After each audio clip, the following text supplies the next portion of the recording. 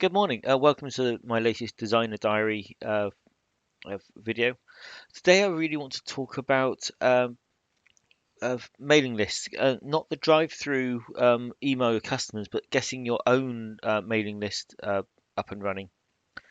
And I'm going to on screen. You're going to see my own website and how I've set up my list, which is probably far from ideal. But the way I've set mine up is very easy. So I'm just going to change the view a second, just so you can see what I'm seeing. Right. So this is my own blog. It's a standard WordPress blog, and I've set up my because your mailing list is really important.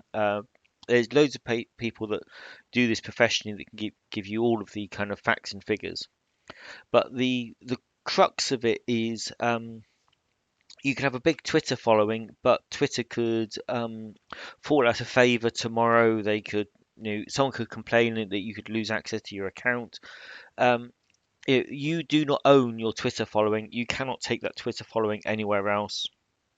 It's nothing to do with you. Facebook is the same. They could, you could lose your account. They could fall out of favor. It wasn't that long ago when MySpace was really popular, and now no one goes there at all, or hardly anyone probably. Um, so you don't own any of these audiences, whereas your mailing list is yours, and you can do what you like with it. You can take it. You could use Mailchimp if you wanted. I use a WordPress plugin.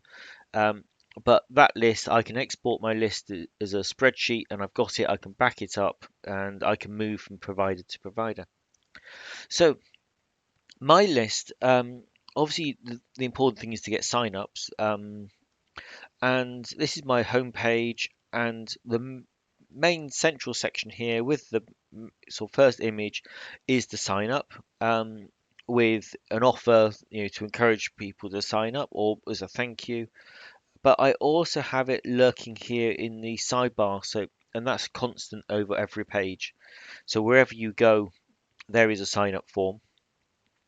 Um, there's also, if people wanted to know more about me and what I do, on the about menu, there is an actual dedicated page for the newsletter, which it tells you more about what I will, what I'll use it for, all that sort of thing.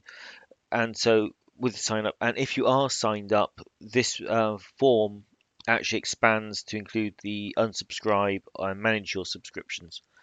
Now on this sidebar, there's also all the kind of latest content, and if you go click through to one of those, you get now.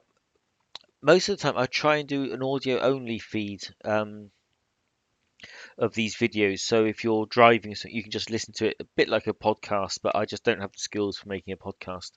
So there's the audio only version, then there's the video, and then there's some, normally thoughts or things I wish I'd said during the video, but I forgot.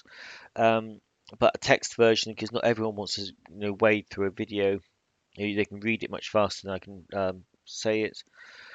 And then below that is another sign up form. Underneath almost every article, there's another sign up form. So if you've just read some of my content and you want more, then you can sign up there. So there's opportunities everywhere to join the mailing list. And once you've got it, now this is the reporting from my mailing list. It's obviously going to vary from email provider to email provider, but you get all kinds of colorful charts and things. And so down here, I've got these were the subjects of the newsletters I've sent. What percentage of people opened them? How many people then reacted to using a link or replying or whatever, or forwarding, and then what percentage of people clicked a link. And you can see here, obviously, I'm a solo RPG specialist, and so a title such as easier solo play, 17% of people clicked that. You know, deal of the day on Stars Without Number solo rules. That got a good click through rate. Dungeon Crawl Classics is in here. The big names. You look, it's sort of DCC, Stars Without Number, Vesson, Traveller. The big names get good click through rates, which is no surprise at all. At the other extreme, OpenD6 isn't massively popular and it's got a very poor click through rate. The cut up solo is very kind of niche. Now I really enjoy it, and so I create what I play.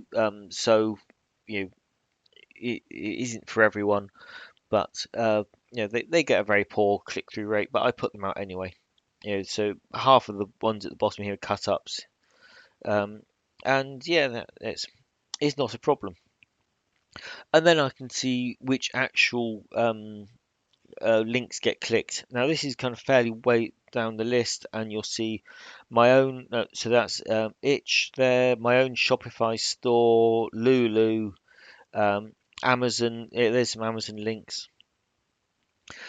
So you know these kind of smaller shop fronts are less popular. If I go to the top of the list, it is okay. If you exclude the one that was my own store, it's almost a solid wall of drive-through. So drive-through really is the place where people want to buy.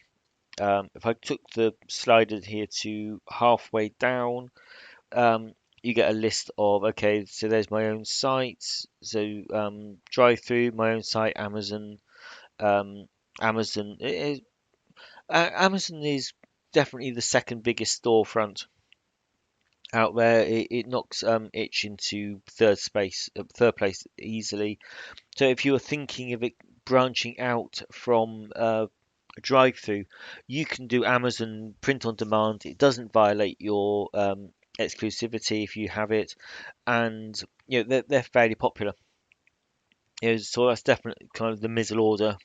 But drive-through is the biggest game in town. So all kinds of stats. There's lots and lots of reports, but I can't show you most of them because it actually reveals the email address, and I can't really go showing you people's email addresses. Um, but yeah, you can really drill down into your stats. You could look at what subject lines are getting the best opens, and then tweak your emails to sort of emulate the best and discard the worst. You can if you're an adventure writer, you could just put out an adventure to various different systems and see which ones are getting the most reads. Just because you email, just because people aren't buying your adventure doesn't mean they're not interested. It just means that maybe they're in the middle of running something big at the moment and it's not for them. But if the reads for a particular system, an email about if I did a 5e adventure and it gets lots of reads but not many sales, it still shows there's interest in it, and over time that adventure could do well. If I released a similar adventure but for um, Worlds Without Number, it might get far more reads, it might get far less.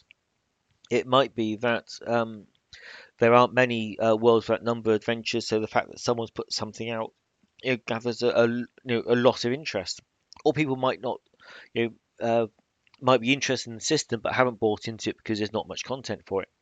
So you can kind of second guess, how why are people reacting the way they are, and then do other emails to test your theories. So yeah, it gives you a lot of information. Drive through.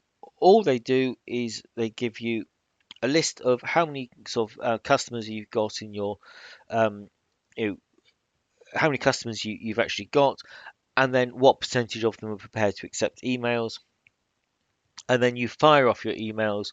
And I always use discount links, and on the discount links page you can see how many times a discount link was used, but that link could be shared far and wide. You don't know they came from your email, so it's a real kind of black box. You know nothing what's going on. Having your own list of is an open box. You can really see, drill down into your own stats, as much as you like. So you know, I've set mine up using DriveThru, not DriveThru, with WordPress, and I set it up using just a newsletter plugin.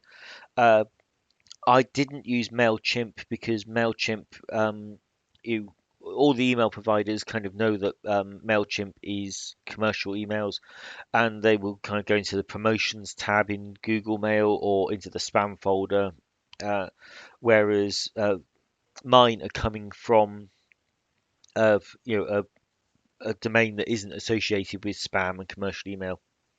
Uh, so yeah, there's loads and loads of stuff you can read about running your email list and setting it up correctly. I'm sure I'm far from the most efficient out there, but if when drive-through swaps over to their new interface, if it breaks the site for a week or more, which is what happened when they tried to merge RPG Now with drive-through. It was a week or more of no one could sell anything. My mailing list will still operate, and I can still reach out to my customer base, and if we can't buy on drive-through, I could direct them to Amazon, I could direct them to Lulu, I could direct them to my own store. So that just gives me that little bit more independence um, to survive without drive-through if something horrible happened to it. So that's it. You can, millions of videos on the uh, on YouTube on how to set up a mailing list. You can do it for free. You can do it today, and even if you have nothing to send out, you can still set it up, get the form there, and have it collecting emails and building that list. And then when you are ready, you can then start to use your list. Okay, so that's it for today. Thank you for watching.